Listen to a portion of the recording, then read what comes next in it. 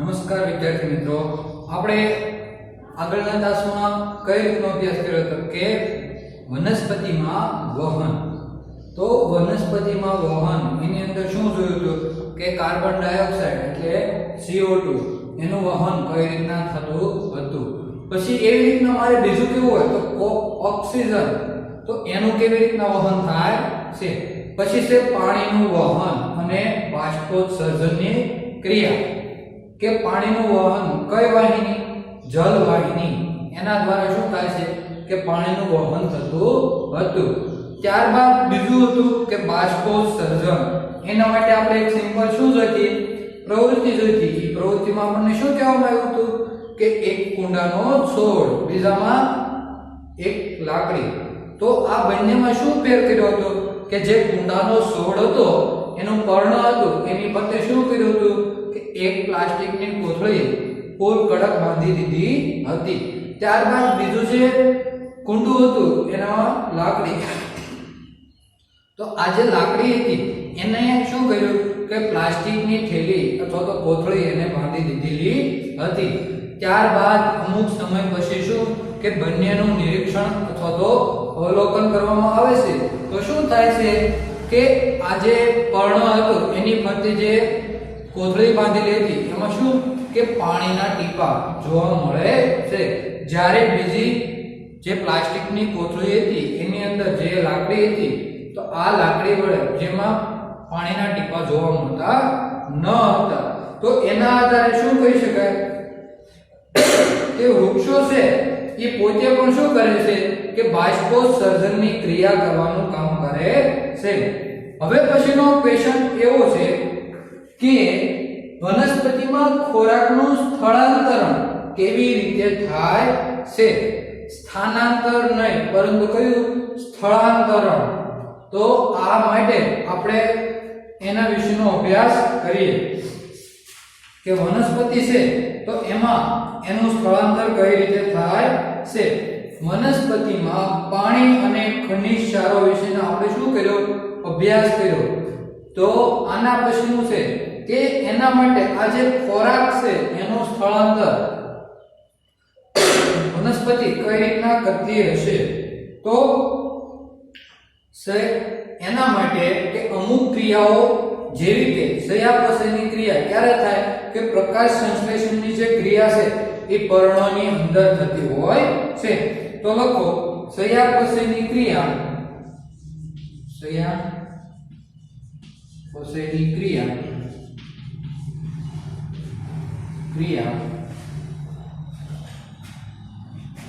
ક્રિયાઓની ખાસ નીપજો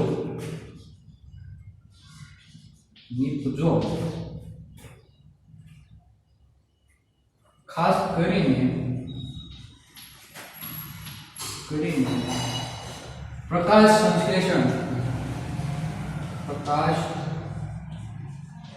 સંશ્લેષણની ક્રિયા પર્ણોમાં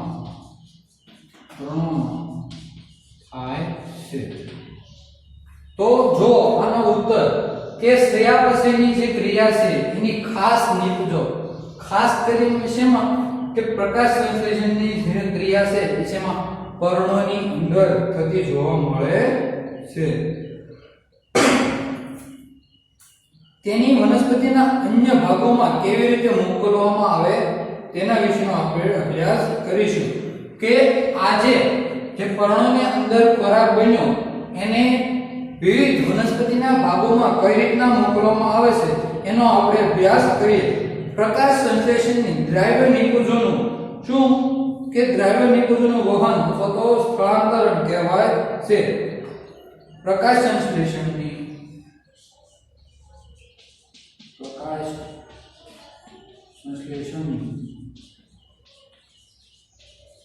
દ્રવ્ય નિકુંજોનું વહન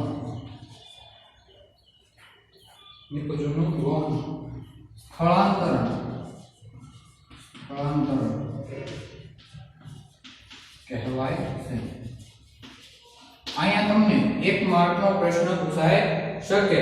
બે અલગ અલગ કે ખોરાક ક્યાં બને છે વનસ્પતિમાં ખોરાક કઈ જગ્યાએ તો પર્ણોમાં બને છે બીજું છે કે પ્રકાશ સંશ્લેષણમાં જે દ્રાવ્ય નિકુંજો છે એનું વહન જે સ્થળાંતર થાય છે તો પ્રશ્ન એવો છે સ્થળાંતરણ એટલે શું સ્થળાંતરણ કોને કહે છે તો પ્રકાશ સંશ્લેષણની જે દ્રાવ્ય નિકુંજો છે એનું જે વહન થાય છે એને સ્થળાંતરણ કહેવામાં આવે છે તે સંવહક પેશી જેને અનવાહક કહે છે જે સંવહન પેશી જેને અન્નવાહક પેશી કહે છે આ સ્થળાંતરણ શેના દ્વારા કે આ જે સંવહન પેશી છે જેને અનુવાહક પેશી કહે છે તેના દ્વારા થાય છે તો આપણે કેવું હોય કે આ જે ખોરાક બન્યો પર્ણોની અંદર એનું વહન કઈ પેશી દ્વારા તો સંવહન પેશી જેને અનવાહક પેશી કહેવાય છે તો આ જે અનવાહક પેશી છે એના દ્વારા એના ખોરાકનું શું થતું હોય કે વહન થતું હોય છે હવે પછી છે પ્રકાશ સંશ્લેષણની નિકુંજો સિવાય અનવાહક એમિનો એસિડ અને અન્ય પદાર્થોનું વહન કરે છે પ્રકાશ સંશ્લેષણની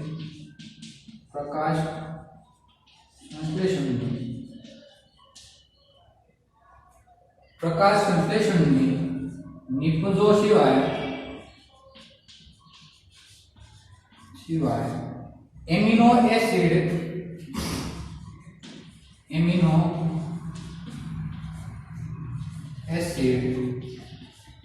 અને અન્ય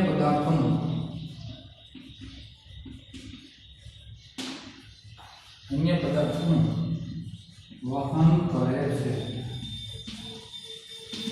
કે માત્ર જે પ્રકાશ સંશ્લેષણની ક્રિયામાં બનેલો ખોરાક જ નહીં પરંતુ જે એમિનો એસિડ છે અને બીજા અન્ય પદાર્થો છે એનું પણ વહન કરે છે હવે આ અન્ય પદાર્થો કયા છે તો ખાસ કરીને તેમાં સંશય પામી એટલે મૂળમાં જે સંશય પામી હોય ફળ બીજ અને વૃદ્ધિ કરનારા અંગોને લઈ ચાલની નલિકામાં ઉર્ધ્વ દિશામાં તેમજ અધો દિશા એમ બંને દિશામાં થાય છે તો જો તે પદાર્થો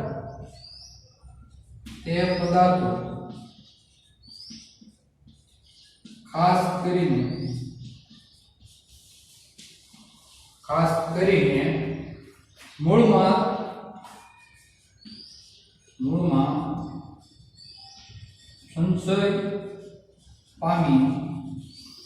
મૂળમાં સંશય પામી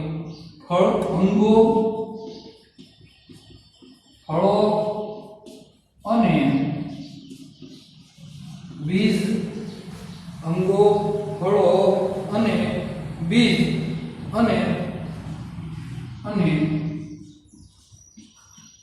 વૃદ્ધિ કરનારા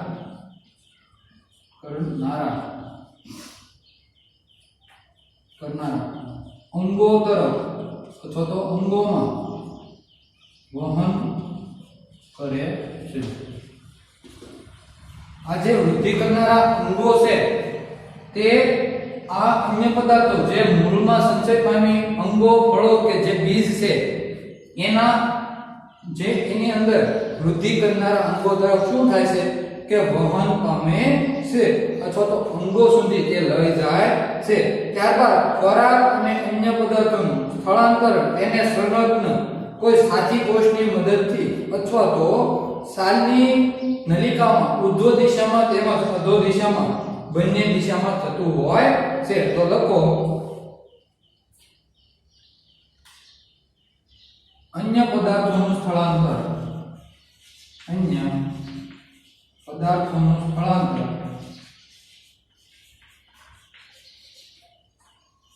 સાથી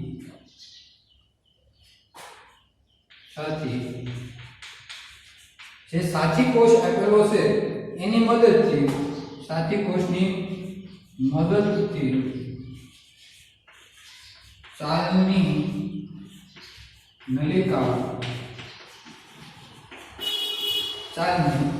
નલિકાઓમાં ઉદ્ભવ દિશામાં તેમજ અધો દિશામાં એમ બંને તરફ સ્થળાંતરણ થાય છે. તો આ જે અન્ય પદાર્થો છે એનું સ્થળાંતર કયા સાચી કોષની મદદથી ચાલની નલિકાઓ છે એની અંદર કઈ ઉધ્વ એટલે ઉપર તરફની દિશા અને અધો એટલે નીચે તરફની દિશામાં. ધારો કે આ એક વૃક્ષ છે,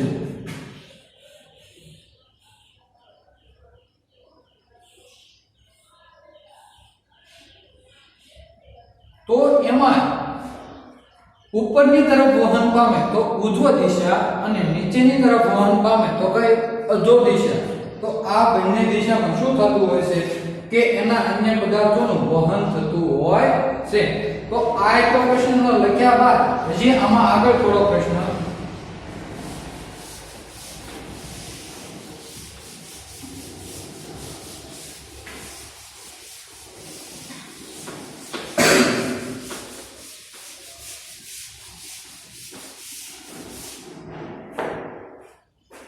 કે જલવાહક દ્વારા વહનને સામાન્ય ભૌતિક બળોના સિદ્ધાંત દ્વારા સમજી શકાય. કે આ વહન જે થાય છે કે જલવાહક દ્વારા જે વહન થાય છે એને અમુક બળોના સિદ્ધાંત દ્વારા શું કે સમજી શકાય છે.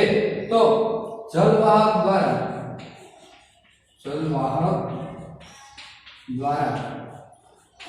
વહનને બળોના સિદ્ધાંત દ્વારા સમજી શકાય છે. તમને એક માર્કમાં પ્રશ્ન પૂછાઈ શકે કે જલવાહક દ્વારા વહન કયા સિદ્ધાંતો દ્વારા સમજી શકાય છે. તો કયા બળોના જે ભૌતિક સિદ્ધાંતો છે અથવા તો બળોના સિદ્ધાંત દ્વારા એને સમજી શકાય છે. તેનાથી વિરુદ્ધ અનુવાહક દ્વારા સ્થળાંતર જે ઊર્જાના ઉપયોગથી સમજાવી શકાય છે. તેનાથી ઉલટું તો અનુવાહક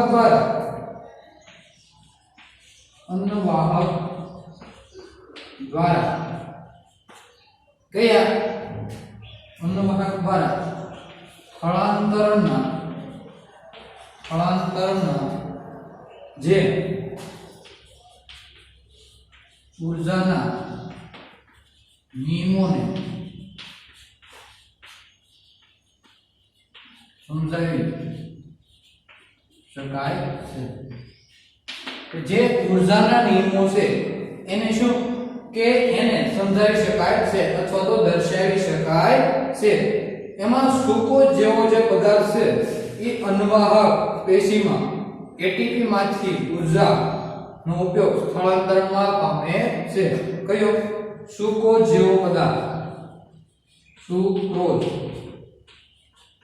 જેવો પદાર્થ અન્નવાહક આ જે અન્નવાહક પેશી છે તો એમાંથી અન્નવાહક પેશીમાં એટીપી માંથી ઊર્જામાં શું થાય સ્થળાંતરણ પામે છે. તો અહીંયા એક માર્કનો ક્વેશ્ચન એવો થયો કે કયો એવો પદાર્થ છે જે અન્નવાહક પેશીમાં એટીપી માંથી જેમાં ઊર્જામાં સ્થળાંતરણ પામે છે. તો કયો પદાર્થ આવશે? સુક્રોઝ નામનો પદાર્થ. બીજું ઉપરનો ક્વેશ્ચન કેવો થયો કઈ એવી પેશી છે જેના સ્થળાંતર દ્વારા ઊર્જાના નિયમોને સમજાવી શકાય છે? તો અનુવાહક પેશી. પછી છે ઉપરનો ક્વેશ્ચન કે કઈ એવી પેશી છે કે જેના દ્વારા બળના સિદ્ધાંતોને સમજી શકાય છે? તો એમાં આવશે કઈ જલવાહક પેશી કે જેને બળના સિદ્ધાંતો દ્વારા શું કરી શકાય કે સમજાવી શકાય છે. તેનાથી પેશીમાં શું થાય કે આશ્રુતિ દાબ વધે છે. તો જેનાથી પાણી તેમાં પ્રવેશે છે. હવે લખો તેનાથી પેશીની અંદર કેવું આશ્રુતિ દાબ વધે છે, જેને લીધે પાણી પ્રવેશે છે. તો હું છું કે આ જે સુક્રોઝ હતો એના કારણે એટીપી માંથી ઉર્જામાં સ્થળાંતર થયું. તો હવે આ જે પેશી છે એની અંદર શું થયું કે આશ્રુતિ દાબ એટલે દબાણ. તો દબાણ વધે છે તો શું થાય કે તે એની અંદર પાણી પ્રવેશે છે. આના માટેનું બેસ્ટ ઉદાહરણ તમને કહું. તમારા હાથમાં એક ફૂલાવા વગરનો ફુગ્ગો છે. પછી શું કરવાનું કે આ જે ફુગ્ગો છે એને શું કરવાનું તમે ફૂલાવો છો. તો ફૂલાવવાથી આ જે ફુગ્ગો છે એ શું થાય છે કે બહારની હવા ફુગ્ગાની અંદર જાય છે, જેના કારણે શું થાય છે કે ફુગ્ગો ફૂલે છે. તો શું થયું કે એક જગ્યાએ દબાણ વધારવાથી બીજી જગ્યાએ શું થાય કે તે બહાર નીકળવાનો પ્રયત્ન કરશે. તો આના કારણે તે શું થયું કે આશ્રુતિ દાબના કારણે તે પાણી પ્રવેશ્યું. તો પહેલામાં શું તો હવા ફુગ્ગામાં પ્રવેશી. પછી જોઈએ કે આ દબાણ પદાર્થને અનુવાહકમાંથી ઓછું દબાણ ધરાવતી પેશી તરફ લઈ જાય છે. જે દબાણ હતું તો કયું આ દબાણ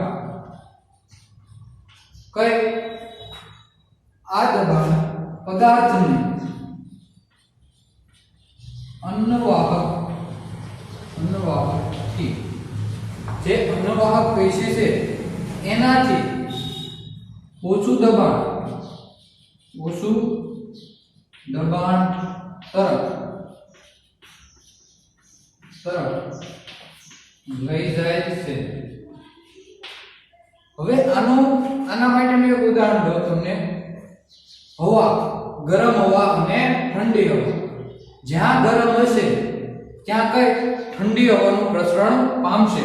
તો હું છું કે ઓછાથી વધુ તરફ એટલે જ્યાં વધારે દબાણ હતું ત્યાંથી ઓછા દબાણ તરફ એનું વહન પામતું હોય છે. અને શું થાય કે તે અનુવાહકને વનસ્પતિની જરૂરિયાત અનુસાર પદાર્થોનું સ્થળાંતર કરે છે. તો અન્નવાહક પેશી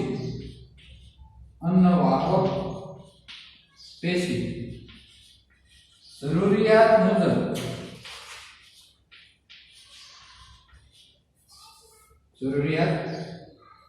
મુજબ ખોરાકનું વહન કરે છે. તો આ જે અન્નવાહક પેશી છે એ જરૂરિયાત મુજબ કોનું કે ખોરાકનું વહન કરે છે.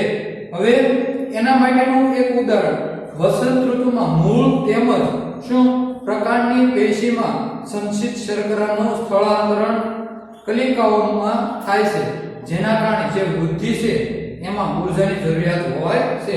આમાં ઉદાહરણ લખો. ઉદાહરણ વસંત ઋતુમાં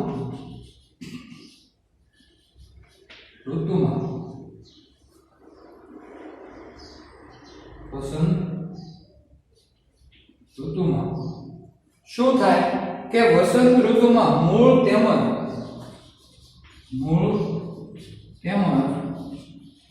પ્રકાંડની જે આ મૂળ હતા અને બીજું હતું પ્રકાંડની પેશીઓમાં ઈ જે ખોરાક હતો અથવા તો સંચિત શર્કરા એટલે સંગ્રહાયેલી શર્કરાનું વહન અથવા તો સ્થળાંતરણ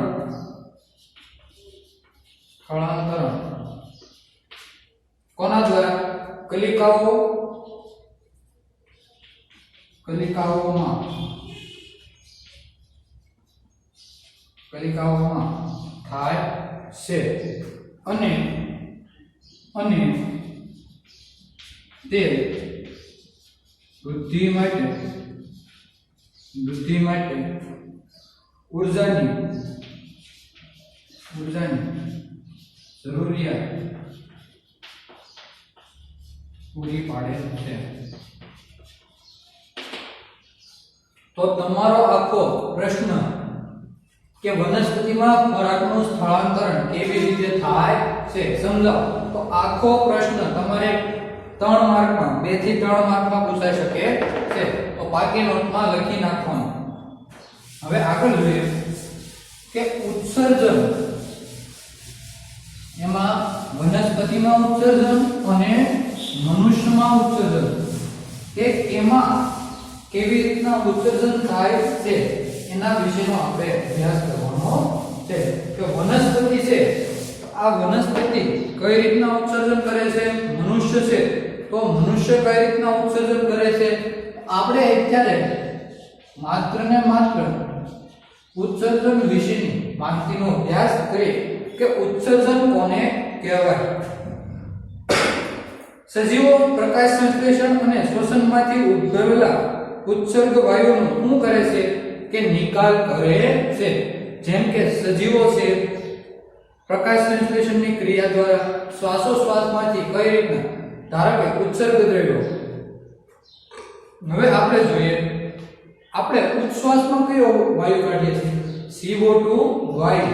જ્યારે વનસ્પતિ પ્રકાશ સંશ્લેષણની ક્રિયામાં કયો O2 વાયુ, પણ પ્રકાશ સંશ્લેષણની ક્રિયા ન થતી હોય તો કયો CO2 વાયુ ઉત્સર્ગ દ્રવ્યો તરીકે કાઢતો હોય છે અથવા તો વાતાવરણની અંદર મુક્ત કરતો હોય છે. તો આના આધારે આપણને એ ખબર પડે કે ઉત્સર્ગ દ્રવ્યો એટલે આમ તો નકામા પદાર્થો, કે એનું આપણે શું કરવાનું છે કે બહારની તરફ નિકાલ કરવાનો છે. તો અન્ય ચયાપચયની ક્રિયામાં ઉદ્ભવેલા નાઇટ્રોજન યુક્ત પદાર્થોનો નિકાલ કરવો જરૂરી છે. કે આપણા અંદર જે ચયાપચયની જે ક્રિયા છે, ચયાપચય એટલે પચાવવું, એની જે ક્રિયા થાય છે તો એની ક્રિયામાં જે નાઇટ્રોજન યુક્ત વાયુ ઉદ્ભવે છે એનો નિકાલ કેવી રીતના કરવો. તો આને જે નિકાલ કરવો છે એને શું કહેવાય, ઉત્સર્જન કહેવામાં આવે છે. તો તમારો પ્રશ્ન કેવો છે, ઉત્સર્જન એટલે શું? 1 થી 2 માર્કની અંદર તમને પૂછાઈ શકે કે ઉત્સર્જન કોને કહેવામાં આવે છે. જે જૈવિક ક્રિયા જેમાં હાનિકારક ચયાપચય ઉત્સર્ગ કે નકામા પદાર્થોનો નિકાલ કરવામાં આવે તેને શું કહેવાય, ઉત્સર્જન કહેવામાં આવે છે. લખો, જે જૈવિક ક્રિયાઓ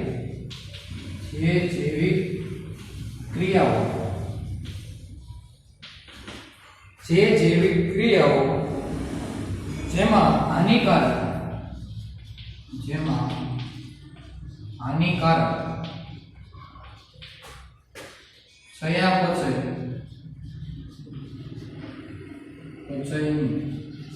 કે જે ચયાપચયની અથવા તો ચયાપચય ઉત્સર્ગ કે નકામા પદાર્થો, ઉત્સર્ગ ચયાપચયની ઉત્સર્ગ કે નકામા પદાર્થોનો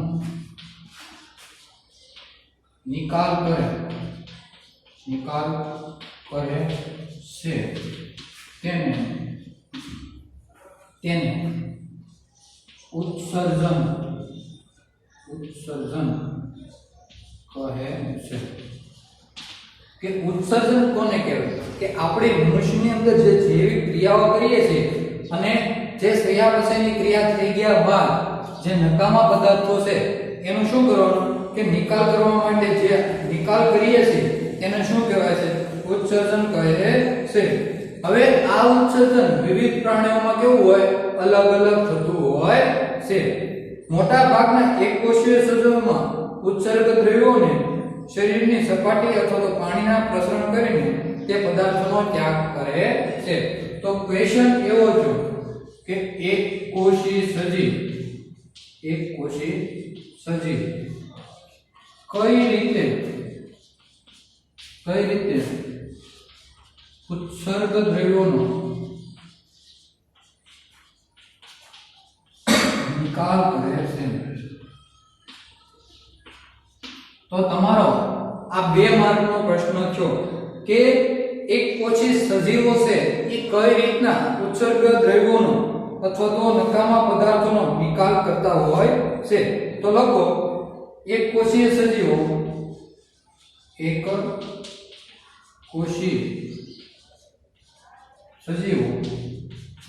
શું કરે કે ઉત્સર્ગ દ્રવ્યોને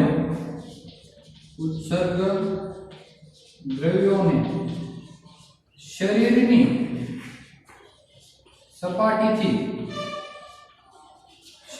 જે સપાટી હોય અથવા તો શરીરની સપાટીથી પાણીમાં શું કરે પ્રસરણ